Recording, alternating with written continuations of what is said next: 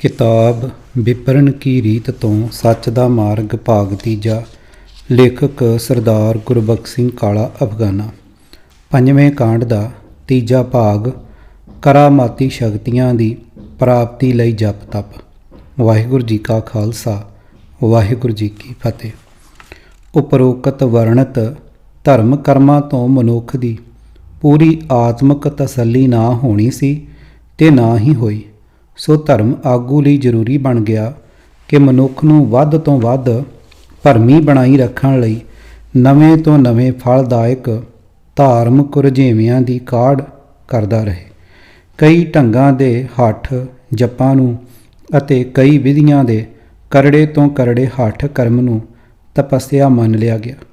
ਪੁਰਾਣਾਂ ਵਿੱਚ ਲਿਖੀਆਂ ਬ੍ਰਾਹਮਣੀ ਗਾਥਾਵਾਂ ਅਨੁਸਾਰ ਤਪਸਵੀ ਦੀ ਅਧਿਆਤਮਕ ਸ਼ਕਤੀ ਦੇ ਪ੍ਰਤੱਖ ਰੂਪ ਇਸ ਪ੍ਰਕਾਰ ਹਨ।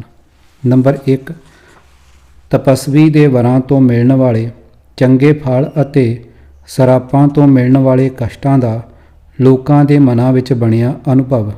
ਨੰਬਰ 2, ਤਪੱਸਿਆ ਦੁਆਰਾ ਰਿੱਧੀਆਂ ਸਿੱਧੀਆਂ ਅਥਵਾ ਕਰਾਮਾਤੀ ਸ਼ਕਤੀਆਂ ਦੀ ਤਪਸਵੀ ਨੂੰ ਹੋਈ ਪ੍ਰਾਪਤੀ ਦਾ ਅਨੁਭਵ। ਨੰਬਰ 3, ਤਪੱਸਿਆ ਦੀ ਸ਼ਕਤੀ ਨਾਲ ਦੇਵੀ ਦੇਵਤੇ ਅਥਵਾ ਭਗਵਾਨ ਦਾ ਤਪਸਵੀ ਦੇ ਵਸ ਵਿੱਚ ਆ ਜਾਣ ਦਾ ਅਨੁਭਵ।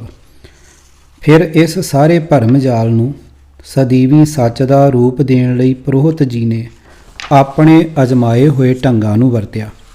ਭਾਵ ਇਹਨਾਂ ਜਪਾਂ ਤਪਾਂ ਦੀ ਸ਼ਕਤੀ ਤੋਂ ਦੇਵੀ ਦੇਵਤੇ ਪ੍ਰਗਟ ਹੋ ਕੇ ਤਪਸਵੀ ਨੂੰ ਵਰ ਮੰਗਣ ਲਈ ਕਹਿਣ 'ਤੇ ਮਜਬੂਰ ਹੁੰਦੇ ਦਰਸਾਉਣ ਲਈ ਅਦਭੁਤ ਕਥਾ ਕਹਾਣੀ ਧਰਮ ਗ੍ਰੰਥਾਂ ਵਿੱਚ ਲਿਖ ਕੇ ਖੂਬ ਪ੍ਰਚਾਰੀਆਂ। ਕੁਝ ਉਦਾਹਰਣਾਂ ਇਸ ਪ੍ਰਕਾਰ ਹਨ। ਨੰਬਰ 1, ਰਾਮਾਇਣ ਗਾਥਾ ਵਿੱਚ ਬ੍ਰਹਮਾ, ਸ਼ਿਵ, ਇੰਦਰ, ਨਾਰਦ ਆਦਿ ਮੁੱਖ ਦੇਵਤਿਆਂ ਸਮੇਤ ਹੋਰ ਕਈ ਦੇਵੀ ਦੇਵਤਿਆਂ ਦੀ ਫਰਿਆਦ ਮੰਨ ਕੇ ਰਾਮ ਰੂਪ ਭਗਵਾਨ ਵਿਸ਼ਨੂੰ ਜੀ, ਹਨੂਮਾਨ ਰੂਪ ਸ਼ਿਵ ਜੀ ਅਤੇ ਹੋਰ ਦੇਵਤਿਆਂ ਸਮੇਤ ਲੰਕਾ 'ਤੇ ਚੜ੍ਹਾਈ ਕਰਦੇ ਹਨ। ਅੱਗੋਂ ਰਾਵਣ ਅਥਵਾ ਉਸ ਦਾ ਪੁੱਤਰ ਇੰਦਰਜੀਤ ਅੰਨ ਪਾਣੀ ਦੇ ਤਿਆਗ ਨਾਲ ਸ਼ਿਵ ਜੀ ਦਾ ਅਥਵਾ ਕੁੱਲ ਦੇਵੀ ਦੇ ਮੰਤਰ ਦੇ ਹੱਠ ਜਾਪ ਵਾਲੀ ਤਪੱਸਿਆ ਅਤੇ ਹਵਨ ਆਰੰਭ ਕਰਦੇ ਹਨ। ਉਹੀ ਦੇਵੀ ਦੇਵਤੇ ਜਿਹੜੇ ਰਾਵਣ ਨੂੰ ਮਾਰ ਦੇਣ ਲਈ ਭਗਵਾਨ ਨੂੰ ਆਪ ਹੀ ਚਾੜ੍ਹ ਲਿਆਂਦੇ ਸਨ, ਰਾਵਣ ਨੂੰ ਵੀ ਵਰ ਦੇਣ 'ਤੇ ਮਜਬੂਰ ਹੋਏ ਦਰਸਾਏ ਹੋਏ ਹਨ। ਨੰਬਰ 2, ਇਸੇ ਤਰ੍ਹਾਂ ਮਹਾਭਾਰਤ ਵਿੱਚ ਪਾਂਡਵਾਂ 'ਤੇ ਫਤਿਹ ਪਾਉਣ ਲਈ ਦੁਰਯੋਧਨ ਦੀ ਭੈਣ ਦਾ ਪਤੀ ਜੈਦਰਥ ਸ਼ਿਵ ਜੀ ਤੋਂ ਵਰ ਲੈਣ ਲਈ ਤਪ ਕਰਨ ਬੈਠ ਗਿਆ। ਉਸ ਦੀ ਹੱਠ ਤਪੱਸਿਆ ਤੋਂ ਸ਼ਿਵ ਜੀ ਬੜੇ ਪ੍ਰਸੰਨ ਹੋ ਗਏ। ਸ਼ਿਵ ਜੀ ਦੀ ਜੀਵਨ ਸਾਥਣ ਦੇਵੀ ਪਾਰਵਤੀ ਨੇ ਪਰੇਸ਼ਾਨੀ ਦਾ ਕਾਰਨ ਪੁੱਛਿਆ। ਅੱਗੋਂ ਸ਼ਿਵ ਜੀ ਇਉਂ ਕਹਿੰਦੇ ਦਰਸਾਏ ਹੋਏ ਹਨ, ਮੈਂ ਇਸ ਗੱਲੋਂ ਪਰੇਸ਼ਾਨ ਹਾਂ ਕਿ ਜੈਦਰਥ ਮੇਰੇ ਕੋਲੋਂ ਉਹ ਕੁਝ ਮੰਗਣਾ ਚਾਹੁੰਦਾ ਹੈ ਜੋ ਮੈਂ ਦੇਣਾ ਨਹੀਂ ਚਾਹੁੰਦਾ। ਤਾਂ ਪਾਰਵਤੀ ਕਹਿੰਦੀ ਹੈ ਕਿ ਇਸ ਵਿੱਚ ਪਰੇਸ਼ਾਨੀ ਦੀ ਕਿਹੜੀ ਗੱਲ ਹੈ? ਗਲਤ ਮੰਗ ਕਰਨ ਵਾਲੇ ਦੀ ਮੰਗ ਪੂਰੀ ਹੀ ਕਿਉਂ ਕਰਨੀ ਹੈ? ਪਰ ਸ਼ਿਵ ਜੀ ਕਹਿੰਦੇ ਹਨ ਕਿ ਜਿਹੜਾ ਕੋਈ ਸਾਡੇ ਲਈ ਜਪ ਜਾਂ ਤਪ ਕਰਦਾ ਹੈ ਉਸ ਦੀ ਮੰਗ ਪੂਰੀ ਕਰਨੀ ਸਾਡਾ ਧਰਮ ਬਣ ਜਾਂਦਾ ਹੈ। ਸਾਡੀ ਯਾਦ ਵਿੱਚ ਤਪੱਸਿਆ ਕਰਨ ਵਾਲੇ ਨੂੰ ਕੁਝ ਨਾ ਕੁਝ ਜ਼ਰੂਰ ਦੇਣਾ ਪੈਂਦਾ ਹੈ। ਅਤੇ ਸ਼ਿਵ ਜੀ ਨੇ ਜੈਦਰਥ ਨੂੰ ਅਜਿਹਾ ਵਰ ਦੇ ਦਿੱਤਾ ਜਿਸ ਤੋਂ ਅਰਜੁਨ ਦੇ ਲੜਕੇ ਅਭਿਮਨਯੂ ਦੀ ਮੌਤ ਹੋਈ ਦਰਸਾ ਦਿੱਤੀ ਅਤੇ ਕ੍ਰਿਸ਼ਨ ਰੂਪ ਭਗਵਾਨ ਵਿਸ਼ਨੂੰ ਕੁਝ ਨਾ ਕਰ ਸਕਿਆ। ਨੰਬਰ 3, ਜੈਦਰਥ ਦੇ ਮਗਰੋਂ ਫਿਰ ਅਰਜੁਨ ਨੇ ਵੀ ਭਿਆਨਕ ਦਬਾਈ ਕਰ ਸਕਣ ਵਾਲੇ ਦੇਵ ਅਸਤਰ ਭਾਵ ਪਸ਼ੂਪਾਤੀ ਅਥਵਾ ਬ੍ਰਹਮ ਅਸਤਰ ਆਦਿ ਪ੍ਰਾਪਤ ਕਰਨ ਲਈ ਸ਼ਿਵ ਜੀ ਦੇ ਨਾਂ ਦਾ ਜਪ ਤਪ ਕਰਨਾ ਆਰੰਭ ਕਰ ਦਿੱਤਾ। ਸ਼ਿਵ ਜੀ ਨੇ ਪ੍ਰਗਟ ਹੋ ਕੇ ਉਸ ਦੀ ਮੰਗ ਪੂਰੀ ਕਰਦਿਆਂ ਉਸ ਨੂੰ ਸੁਰਗ ਲੋਕ ਵਿੱਚ ਬੈਠੇ ਦੇਵਰਾਜ ਇੰਦਰ ਕੋਲ ਪੁੱਜ ਸਕਣ ਦਾ ਪਾਸਪੋਰਟ ਵੀ ਦੇ ਦਿੱਤਾ। ਨੰਬਰ 4, ਫਿਰ ਜੰਗ ਦੇ ਮੈਦਾਨ ਵਿੱਚ ਅਰਜੁਨ ਨੇ ਦੁਰਗਾ ਦੇਵੀ ਦਾ ਜਪ ਕੀਤਾ ਤਾਂ ਉਸ ਨੇ ਪ੍ਰਗਟ ਹੋ ਕੇ ਅਰਜੁਨ ਨੂੰ ਆਪਣੇ ਵਰ ਦਾ ਕਵਚ ਪਾ ਦਿੱਤਾ। ਨੰਬਰ 5, ਇੱਧਰੋਂ ਸ਼ਿਵਾਂ ਦੀ ਹੀ ਕਿਰਪਾ ਨਾਲ ਪ੍ਰਾਪਤ ਹੋਈ ਸ਼ਕਤੀ ਨੂੰ ਵਰਤ ਕੇ ਗਾਂਧਾਰੀ ਨੇ ਦੁਰਯੋਧਨ ਦਾ ਸਰੀਰ ਬੱਜਰ ਕਰ ਦਿੱਤਾ ਦਰਸਾਇਆ ਹੋਇਆ ਹੈ। ਨੰਬਰ 6, ਰਾਮਾਇਣ ਗਾਥਾ ਦੀ ਟੀਵੀ 'ਤੇ ਵਿਖਾਈ ਗਈ ਫਿਲਮ ਵਿੱਚ ਪੁਰਾਣਾਂ ਦੀ ਇਸ ਪ੍ਰਸਿੱਧ ਗਾਥਾ ਮਹਾਭਾਰਤ ਅਸਲ ਮੋਢੀ ਰਿਸ਼ੀ ਵਿਸ਼ਵਾਮਿੱਤਰ ਨੂੰ ਬੈਠਾ ਤਪ ਕਰਦਾ ਅਤੇ ਸੁਰਗਾਂ ਤੋਂ ਆਈ ਪਰੀ ਉਸ ਦਾ ਤਪ ਭੰਗ ਕਰਦੀ ਵਿਖਾਈ ਹੋਈ ਹੈ। ਗਾਥਾ ਅਨੁਸਾਰ ਵਿਸ਼ਵਾਮਿੱਤਰ ਦੇ ਤਪ ਤੋਂ ਦੇਵਰਾਜ ਇੰਦਰ ਨੂੰ ਖਤਰਾ ਪੈਦਾ ਹੋ ਗਿਆ ਕਿ ਜੇ ਰਿਸ਼ੀ ਵਿਸ਼ਵਾਮਿੱਤਰ ਦਾ ਤਪ ਸਿਰੇ ਚੜ੍ਹ ਗਿਆ ਤਾਂ ਉਹ ਕਿਤੇ ਮੇਰੇ ਕੋਲੋਂ ਸੁਰਗਾਂ ਦਾ ਰਾਜ ਨਾ ਖੋਹ ਲਵੇ। ਰਿਸ਼ੀ ਦਾ ਤਪ ਭੰਗ ਕਰਨ ਲਈ ਇੰਦਰ ਨੇ ਮੇਨਕਾ ਨਾਮੀ ਸੁੰਦਰ ਅਪਸਰਾ ਭੇਜੀ। ਵਿਸ਼ਵਾਮਿੱਤਰ ਉਸ 'ਤੇ ਮੋਹਿਤ ਹੋ ਗਿਆ ਅਤੇ ਆਪਣਾ ਤਪ ਭੁੱਲ ਕੇ ਉਸ ਨਾਲ ਰੰਗ ਰਲੀਆਂ ਮਨਾਉਣ ਵਿੱਚ ਰੁੱਝ ਗਿਆ ਅਤੇ ਤਪ ਭੰਗ ਹੋਣ 'ਤੇ ਇੰਦਰ ਨੇ ਸੁੱਖ ਦਾ ਸਾਹ ਲਿਆ। ਮੇਨਕਾ ਗਰਭਵਤੀ ਹੋ ਗਈ ਤਾਂ ਆਪਣੀ ਇਸ ਕਰਤੂਤ 'ਤੇ ਪਛੇਮਾਨ ਹੋ ਕੇ ਰਿਸ਼ੀ ਵਿਸ਼ਵਾਮਿੱਤਰ ਚੁੱਪ ਕੀਤਾ ਹੀ ਖਿਸਕਦਾ ਬਣਿਆ। ਮੇਨਕਾ ਨੇ ਇੱਕ ਸੁੰਦਰ ਕਨਿਆ ਨੂੰ ਜਨਮ ਦਿੱਤਾ ਅਤੇ ਨਵ ਜਨਮੀ ਅਸਹਾਏ ਬੱਚੀ ਨੂੰ ਜੰਗਲ ਵਿੱਚ ਛੱਡ ਕੇ ਆਪ ਸੁਰਗਾਂ ਵੱਲ ਨੂੰ ਉਡਾਰੀ ਮਾਰ ਗਈ। ਕਥਿਤ ਤੌਰ 'ਤੇ ਜੰਗਲ ਦੇ ਪੰਛੀਆਂ ਨੇ ਉਸ ਬੱਚੀ ਦਾ ਪਾਲਣ ਪੋਸ਼ਣ ਕੀਤਾ। ਫਿਰ ਕੰਨ ਨਾਮੀ ਮੁਨੀ ਜੀ ਦਇਆ ਕਰਕੇ ਉਸ ਨੂੰ ਆਪਣੇ ਆਸ਼ਰਮ ਵਿੱਚ ਲੈ ਗਏ। ਸ਼ਿਕਾਰ 'ਤੇ ਆਇਆ ਰਾਜਾ ਦੁਸ਼ਯੰਤ ਉਸ ਬੀਬੀ ਦੀ ਸੁੰਦਰਤਾ 'ਤੇ ਮੋਹਿਤ ਹੋ ਗਿਆ ਅਤੇ ਉਸ ਨਾਲ ਗੰਧਰਵ ਵਿਆਹ ਕਰ ਲਿਆ। ਉਸ ਤੋਂ ਭਰਤ ਜਨਮਿਆ, ਜਿਸ ਤੋਂ ਹਿੰਦ ਦੇਸ਼ ਦਾ ਨਾਂ ਭਾਰਤ ਪਿਆ। ਬ੍ਰਾਹਮਣ ਦੀ ਕਹਾਣੀ ਕਲਾ ਨੇ ਇਸੇ ਭਰਮ ਦੀ ਔਲਾਦ ਵਿੱਚੋਂ ਮਹਾਭਾਰਤ ਦਾ ਯੁੱਧ ਕਰਨ ਵਾਲੇ ਕੌਰਵ ਪਾਂਡੂ ਪੈਦਾ ਕਰ ਵਿਖਾਏ। ਇਸ ਤਰ੍ਹਾਂ ਵਿਸ਼ਵਾਮਿੱਤਰ ਤੋਂ ਹੀ ਮਹਾਭਾਰਤ ਯੁੱਧ ਨੇ ਜਨਮ ਲਿਆ ਸੀ। ਨੰਬਰ 7, ਬ੍ਰਾਹਮਣ ਦੇ ਲਿਖੇ ਪੁਰਾਣਾਂ ਵਿੱਚ ਗਾਏ ਨਾਮੀ ਅਸੁਰ ਦੈਂਤ ਦਾ ਅੱਡ-ਅੱਡ ਤਰ੍ਹਾਂ ਦਾ ਜ਼ਿਕਰ ਹੈ, ਜਿਸ ਦਾ ਵੇਰਵਾ ਲਿਖਣਾ ਇੱਥੇ ਲਾਹੇਵੰਦ ਨਹੀਂ ਹੈ।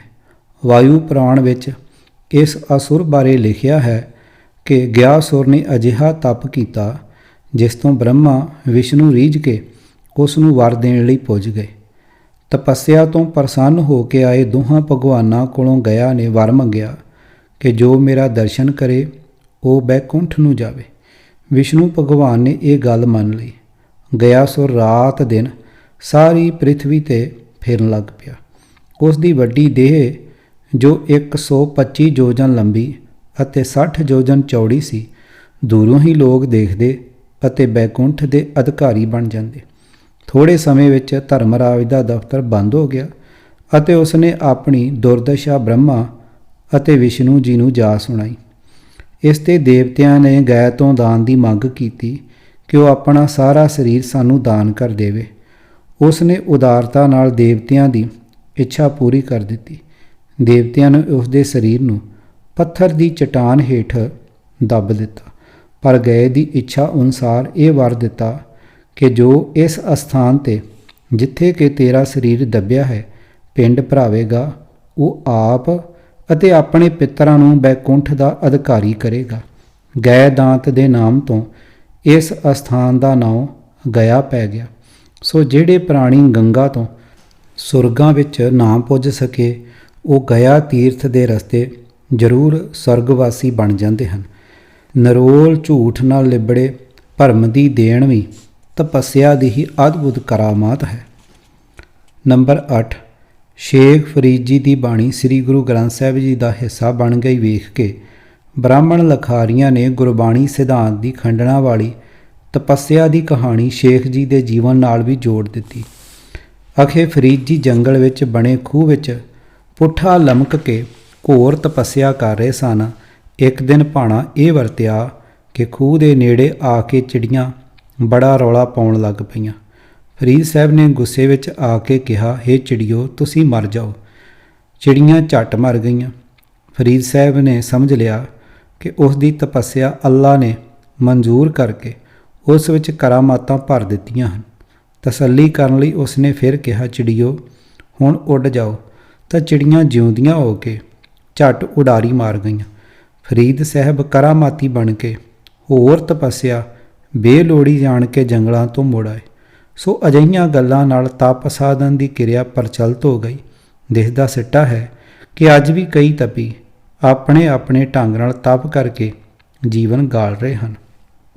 ਭਾਗਨਾਮਾ ਤਪਾਂ ਦੇ ਕਾਰਨ ਮਿਲਦੀਆਂ ਰਿੱਧੀਆਂ ਸਿੱਧੀਆਂ ਅਤੇ ਪ੍ਰਸਿੱਧਤਾ ਦੇ ਲਾਲਚ ਨੇ ਕਈ ਸਿੱਧ ਅਤੇ ਜੋਗੀ ਪੈਦਾ ਕੀਤੇ। ਅੱਗੇ ਗੁਰਬਾਣੀ ਵਿਚਾਰ ਵਿੱਚ ਅਸੀਂ ਵੇਖਾਂਗੇ ਕਿ ਸ੍ਰੀ ਗੁਰੂ ਨਾਨਕ ਮਹਾਰਾਜ ਜੀ ਦਾ ਵਿਸ਼ੇਸ਼ ਵਾਹ ਇਹਨਾਂ ਤਪੀਆਂ ਨਾਲ ਹੀ ਪਿਆ ਸੀ। ਤਪ ਕਰਨ ਦੇ ਕਈ ਢੰਗ ਤਰੀਕੇ ਨਿਕਲਦੇ ਰਹੇ। ਜਲ ਧਾਰਾ, ਧੂਣੀਆਂ ਤਪਣੀਆਂ, ਪੁੱਠੇ ਲਟਕੇ ਰਹਿਣਾ, ਸਰੀਰ ਦੇ ਅੰਗ ਸੁਕਾ ਲੈਣੇ, ਸਰੀਰ ਵਿੱਚ ਲੋਹੇ ਦੀਆਂ ਸਲਾਖਾਂ ਪਰੋਈ ਫਿਰਨਾ ਆਦਿ। ਸੰਨ 1978 ਦਾ ਜ਼ਿਕਰ ਹੈ ਕਿ ਦਾਸ ਰੋਪੜ ਜ਼ਿਲ੍ਹੇ ਵਿੱਚ ਨਿਯੁਕਤ ਸੀ। ਸ੍ਰੀ ਅਨੰਦਪੁਰ ਸਾਹਿਬ ਨੂੰ ਜਾਂਦੀ ਸੜਕ 'ਤੇ 25-30 ਸਾਲ ਦੇ ਇੱਕ ਹਿੰਦੂ ਨੌਜਵਾਨ ਨੂੰ ਵੇਖਿਆ ਜੋ ਸੜਕ 'ਤੇ ਲੇਟ ਕੇ ਆਪਣੇ ਸਿਰ ਕੋਲ ਨਿਸ਼ਾਨ ਲਾ ਕੇ ਖੜਾ ਹੋ ਜਾਂਦਾ ਅਤੇ ਫਿਰ ਉਸ ਨਿਸ਼ਾਨ 'ਤੇ ਆਪਣੇ ਪੈਰ ਰੱਖ ਕੇ ਫਿਰ ਲੇਟ ਜਾਂਦਾ ਸੀ, ਮਾਨੋ ਰਸਤੇ ਨੂੰ ਆਪਣੇ ਸਰੀਰ ਨਾਲ ਮਿਣਦਾ ਜਾ ਰਿਹਾ ਸੀ। ਦਾਸ ਦੇ ਪਲਾਉਣ 'ਤੇ ਉਸ ਨੇ ਆਪਣੇ ਪੈਰਾਂ ਵਾਲੇ ਥਾਂ 'ਤੇ ਹੱਥ ਵਿੱਚ ਫੜੇ ਚਾਕ ਨਾਲ ਨਿਸ਼ਾਨ ਲਾ ਲਿਆ ਅਤੇ ਦਾਸ ਕੋਲ ਆ ਗਿਆ। ਉਸ ਦੇ ਮੱਥੇ ਉੱਤੇ ਉਸੇ ਤਰ੍ਹਾਂ ਦਾ ਪੂੜਾ ਜਿਹਾ ਬਣ ਚੁੱਕਾ ਸੀ ਜਿਵੇਂ ਜ਼ਿਮੀਂਦਾਰਾਂ ਅਥਵਾ ਭਾਰ ਢੋਣ ਵਾਲੀਆਂ ਰੇਹੜੀਆਂ ਵਾਲਿਆਂ ਦੇ ਬਲਦਾਂ ਜਾਂ ਝੋਟੀਆਂ ਦੀਆਂ ਧੌਣਾਂ 'ਤੇ ਪਿਆ ਹੁੰਦਾ ਹੈ। ਦੇਵੀ ਮਾਤਾ ਦੇ ਉਸ ਨਿਰਾਲੇ ਸ਼ਰਧਾਲੂ ਨੇ ਦੱਸਿਆ ਕਿ ਉਸ 300 ਮੀਲ ਤੋਂ ਇਸੇ ਤਰ੍ਹਾਂ ਆਪਣੇ ਸਰੀਰ ਨਾਲ ਧਰਤੀ ਮਿਣਦਾ ਹੋਇਆ ਸਫ਼ਰ ਕਰਦਾ ਰੋਪੜ ਪੁੱਜਾ ਹੈ। ਉਸ ਸਨਕੀ ਨੌਜਵਾਨ ਨੇ ਵੈਸ਼ਨੋ ਦੇਵੀ ਦੇ ਦੁਆਰੇ ਤੱਕ ਇਸੇ ਤਰ੍ਹਾਂ ਪੁੱਜਣ ਦਾ ਕਠਿਨ ਤਪ ਆਰੰਭਿਆ ਹੋਇਆ ਹੈ। ਉਸ ਦਾ ਯਕੀਨ ਸੀ ਕਿ ਉਸ ਦੇ ਇਸ ਘੋਰ ਤਪ 'ਤੇ ਦੇਵੀ ਨੇ ਪ੍ਰਸੰਨ ਹੋ ਕੇ ਉਸ ਨੂੰ ਕੁੱਲਾਂ ਸਮੇਤ ਤਾਰ ਦੇਣ ਦੇ ਨਾਲ ਹੋਰ ਵੀ ਕਈ ਵਰ ਦੇਣੇ ਹਨ। ਜਿਸ ਨਗਰ ਜਾਂ ਸ਼ਹਿਰ ਵਿੱਚੋਂ ਉਹ ਲੰਘਦਾ ਸੀ, ਹਿੰਦੂ ਪਰਿਵਾਰ ਉਚੇਚੇ ਤੌਰ 'ਤੇ ਉਸ ਦੇ ਦਰਸ਼ਨਾਂ ਨੂੰ ਆ ਜੁੜਦੇ ਸਨ। ਨੰਬਰ 10, ਇਸੇ ਤਰ੍ਹਾਂ ਦਾ ਹੋਰ ਵੀ ਹੈਰਾਨ ਕਰਨ ਵਾਲਾ ਨਵੀਂ ਕਿਸਮ ਦਾ ਤਪ ਕਿਸੇ ਹੋਰ ਭਰਮੀ ਨੇ ਆਰੰਭਿਆ ਹੋਇਆ ਸੀ। ਸਬੱਬ ਨਾਲ ਹੀ ਉਨੀ ਦਿਨੀ ਕੋਈ ਅਮਰੀਕਨ ਫੋਟੋਗ੍ਰਾਫਰ ਭਾਰਤ ਪੁੱਜਾ ਹੋਇਆ ਸੀ। ਉਸ ਨੇ ਉਸ ਤਪੀ ਦੀ ਬੜੀ ਵਿਸਥਾਰ ਨਾਲ ਵੀਡੀਓ ਫਿਲਮ ਬਣਾ ਲਈ ਅਤੇ ਅਮਰੀਕਾ ਪਰਤ ਕੇ ਬੜੀ ਮੋਟੀ ਰਕਮ ਦੇ ਵੱਟੇ ਉਹ ਵੀਡੀਓ ਰੀਲ ਟੀਵੀ ਵਾਲਿਆਂ ਕੋਲ ਵੇਚ ਦਿੱਤੀ। 1996 ਵਿੱਚ ਟੀਵੀ ਵਾਲਿਆਂ ਨੇ ਉਸ ਦਸਤਾਵੇਜ਼ੀ ਫਿਲਮ ਨੂੰ ਕਈ ਵਾਰ ਟੀਵੀ 'ਤੇ ਵਿਖਾਇਆ। ਉਹ ਅਨੋਖਾ ਤਪਸਵੀ ਭਾਰਤ ਵਿਚਲੇ ਹਿੰਦੂ ਤੀਰਥਾਂ ਦੇ ਦਰਸ਼ਨ ਇਸ਼ਨਾਨ ਲਈ ਜ਼ਮੀਨ 'ਤੇ ਲੇਟ ਕੇ ਪਾਸੇ ਪਰਨੇ ਲੋਟਣੀਆਂ ਖਾਂਦਾ ਰੋਲ ਕਰਦਾ ਹੋਇਆ ਪੈਂਡਾ ਕਰ ਰਿਹਾ ਸੀ। ਭਾਵ ਤੀਰਥਾਂ ਨੂੰ ਜਾਂਦੇ ਰਸਤਿਆਂ ਦੀ ਮਿਣਤੀ ਆਪਣੇ ਸਰੀਰ ਦੀ ਲੰਬਾਈ ਨਾਲ ਨਹੀਂ, ਸਗੋਂ ਸਰੀਰ ਦੀ ਗੋਲਾਈ ਨਾਲ ਕਰ ਰਿਹਾ ਸੀ। ਗੋਡਿਆਂ ਅਤੇ ਕੂਹਣੀਆਂ ਨੂੰ ਕੱਪੜਿਆਂ ਅਥਵਾ ਕਰੜੇ ਪਦਾਰਥ ਨਾਲ ਕੱਜਿਆ ਹੋਇਆ ਸੀ। ਰਸਤੇ ਵਿੱਚ ਆਏ ਪਾਣੀ ਵਿੱਚੋਂ ਵੀ ਉਵੇਂ ਹੀ ਲੇਟਿਆ ਹੋਇਆ ਲੰਘਦਾ ਦਰਸਾਇਆ ਹੋਇਆ ਸੀ। ਆਪਣੀਆਂ ਲੋੜਾਂ ਪੂਰੀਆਂ ਕਰਨ ਲਈ ਜਾਂ ਲੋਕਾਂ ਨਾਲ ਗੱਲਬਾਤ ਕਰਨ ਲਈ ਉਹ ਵੀ ਧਰਤੀ 'ਤੇ ਨਿਸ਼ਾਨ ਲਾ ਲੈਂਦਾ ਸੀ ਅਤੇ ਮੁੜ ਆਪਣਾ ਸਫ਼ਰ ਉੱਥੋਂ ਹੀ ਆਰੰਭ ਕਰਦਾ ਸੀ। ਹਰ ਪੜਾਅ 'ਤੇ ਉਸ ਅਨੋਖੇ ਤਪੀਸਰ ਦੇ ਚਰਨੀ ਹੱਥ ਲਾ ਕੇ ਅਸੀਸਾਂ ਲੈਣ ਵਾਲੇ ਸ਼ਰਧਾਲੂਆਂ ਦੀਆਂ ਭੀੜਾਂ ਲੱਗੀਆਂ ਵੀ ਵੇਖੀਆਂ ਜਾ ਸਕਦੀਆਂ ਸਨ। ਉਸ ਫਿਲਮ ਵਿੱਚ ਕਈ ਬੁਲਾਰੇ ਇਹ ਕਹਿੰਦੇ ਸੁਣੇ ਜਾ ਰਹੇ ਸਨ ਕਿ ਇਸ ਮਹਾਂਪੁਰਖ ਵਰਗਾ ਘੋਰ ਤਪ ਅੱਜ ਤਾਈਂ ਕਦੇ ਕਿਸੇ ਨੇ ਨਹੀਂ ਕੀਤਾ। ਇਸ ਦੀ ਤਪੱਸਿਆ ਸਫਲ ਹੋ ਰਹੀ ਹੈ। ਇਸ ਮਹਾਂਪੁਰਖ ਨੂੰ ਬੜੀਆਂ ਵੱਡੀਆਂ ਰਿੱਧੀਆਂ ਸਿੱਧੀਆਂ ਦੀ ਪ੍ਰਾਪਤੀ ਹੋ ਰਹੀ ਹੈ ਆਦਿ। ਮਾਇਆ ਭੇਟਾ ਕਰਕੇ ਮੱਥੇ ਟੇਕਣ ਵਾਲਿਆਂ ਦੀਆਂ ਭੀੜਾਂ ਵੱਧਦੀਆਂ ਹੀ ਜਾ ਰਹੀਆਂ ਸਨ। ਪਤਾ ਨਹੀਂ ਉਸ ਦੀ ਇਸ ਯਾਤਰਾ ਦਾ ਅੰਤ ਕਦੋਂ, ਕਿੱਥੇ ਅਤੇ ਕਿਸ ਸ਼ਕਲ ਵਿੱਚ ਹੋਇਆ।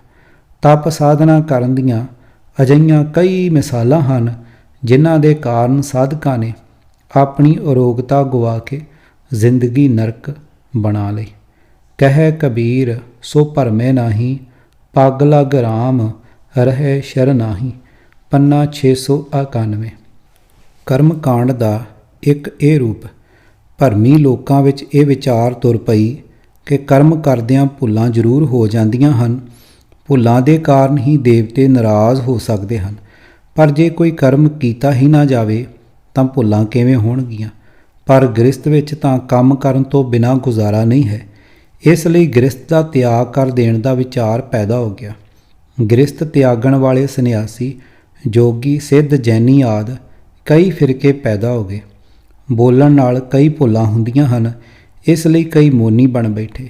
ਧਾਰਮਿਕ ਵਿਸ਼ਵਾਸ ਦੇ ਅਧੀਨ ਅਥਵਾ ਪਵਿੱਤਰ ਜੀਵਨ ਲਈ ਜ਼ਰੂਰੀ ਮੰਨ ਕੇ ਭੋਜਨ ਖਾਣ ਦਾ ਤਿਆਗ ਭਾਵ ਵਰਤ ਰੱਖਣਾ, ਕਿਸੇ ਇੱਕ ਜਾਂ ਚੁਣੇ ਹੋਏ ਇੱਕ ਤੋਂ ਵੱਧ ਪਦਾਰਥਾਂ ਦੇ ਸੇਵਨ ਦਾ ਤਿਆਗ ਕਰਨਾ, ਸਵਾਸ ਰੋਕੀ ਰੱਖਣਾ, ਸਵਾਸ ਦਸਮ ਦੁਆਰ ਚਾੜ੍ਹਨ ਦਾ ਅਭਿਆਸ, ਯੋਗ ਆਸਣਾਂ ਨੂੰ ਆਤਮ ਦੀ ਕਲਿਆਣ ਲਈ ਲਾਹੇਵੰਦ ਮੰਨਣਾ, ਬਿੰਦ ਰੋਕਣ ਦਾ ਪਾਖੰਡ, ਗੱਲ ਕੀ ਦੇਵਤਿਆਂ ਜਾਂ ਭਗਵਾਨਾਂ ਦੀ ਖੁਸ਼ੀ ਪ੍ਰਾਪਤ ਕਰਨ ਦੀ ਖਾਤਰ ਕਿਸੇ ਦੈਵੀ ਮਿਹਰ ਦੀ ਪ੍ਰਾਪਤੀ ਦੀ ਖਾਤਰ ਕਰਮ ਕਰਨੇ, ਤਿਆਗਣ ਦੇਣੇ ਜਾਂ ਕਿਸੇ ਵੀ ਧਾਰਮਿਕ ਵਿਸ਼ਵਾਸ ਦੇ ਕਾਰਨ ਕਰਮ ਕਰਨ ਤੋਂ ਭੱਜ ਨਿਕਲਣਾ ਵੀ ਆਪਣੇ ਆਪ ਕਰਮ ਕਾਂਡ ਹੀ ਹੈ।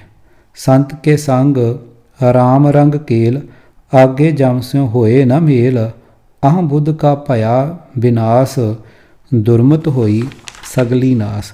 ਰਾਮ ਨਾਮ ਗੁਣ ਗਾਏ ਪੰਡਤ, ਕਰਮ ਕਾਂਡ ਅਹੰਕਾਰ ਨ ਕਾਜੈ, ਕੁਸਲ ਸੇਤੀ ਕਰ ਜਾਹੇ ਪੰਡਤ। ਰਹਾਉ ਪੰਨਾ 891। ਗੁਰ ਸ਼ਬਦ ਦੇ ਅੰਤਰੀਬ ਭਾਵ ਰਹਾਉ ਦੀ ਤੁਕ ਵਿੱਚ ਪੰਡਤ ਨੂੰ ਸੰਬੋਧਨ ਕਰਕੇ ਉਚਾਰੇ ਸਤਿਗੁਰਾਂ ਦੇ ਇਸ ਪ੍ਰਮਾਣ ਤੋਂ ਸਪਸ਼ਟ ਹੋ ਰਿਹਾ ਹੈ ਕਿ ਨੰਬਰ 1, ਕਰਮ ਕਾਂਡੀ ਜਾਲ ਵਿਛਾਉਣ ਦਾ ਜ਼ਿੰਮੇਵਾਰ ਕੇਵਲ ਬ੍ਰਾਹਮਣ ਹੀ ਹੈ। ਨੰਬਰ 2, ਕਰਮ ਕਾਂਡੀ ਮਨੁੱਖ ਹੰਕਾਰੀ ਹੋ ਕੇ ਦੁਰਲੱਭ ਜੀਵਨ ਦਾ ਆਤਮਿਕ ਸਰਮਾਇਆ ਲੁਟਾ ਬੈਠਦਾ ਹੈ। ਅਤੇ ਨੰਬਰ 3, ਹੰਕਾਰ ਪੈਦਾ ਕਰਨ ਵਾਲੇ ਕਰਮ ਕਾਂਡ ਤੋਂ ਰਹਿਤ ਹੋ ਕੇ ਜੇ ਮਨੁੱਖ ਪ੍ਰਭੂ ਦੇ ਗੁਣ ਗਾਇਨ ਕਰਨੇ ਸਿੱਖ ਜਾਵੇ ਅਥਵਾ ਪ੍ਰਭੂ ਦੀਆਂ ਵਡਿਆਈਆਂ ਦੀ ਵਿਚਾਰ ਨਾਲ ਜੁੜ ਜਾਵੇ ਤਾਂ ਆਤਮਿਕ ਆਨੰਦ ਦਾ ਸਦੀਵੀ ਸੁੱਖ ਪ੍ਰਾਪਤ ਕਰ ਸਕੇਗਾ। ਕਿਤਾਬ ਵਿਪਰਨ ਕੀ ਰੀਤ ਤੋਂ ਸੱਚ ਦਾ ਮਾਰਗ ਭਾਗ 3, ਲੇਖਕ ਸਰਦਾਰ ਗੁਰਬਖਸ਼ ਸਿੰਘ ਕਾਲਾ ਅਫਗਾਨਾ। 5ਵੇਂ ਕਾਂਡ ਦਾ 3 ਭਾਗ। ਆਵਾਜ਼ ਗੁਰਜੰਟ ਸਿੰਘ ਰੂਪੋਵਾਲੀ। ਵਾਹਿਗੁਰੂ ਜੀ ਕਾ ਖਾਲਸਾ, ਵਾਹਿਗੁਰੂ ਜੀ ਕੀ ਫਤਿਹ।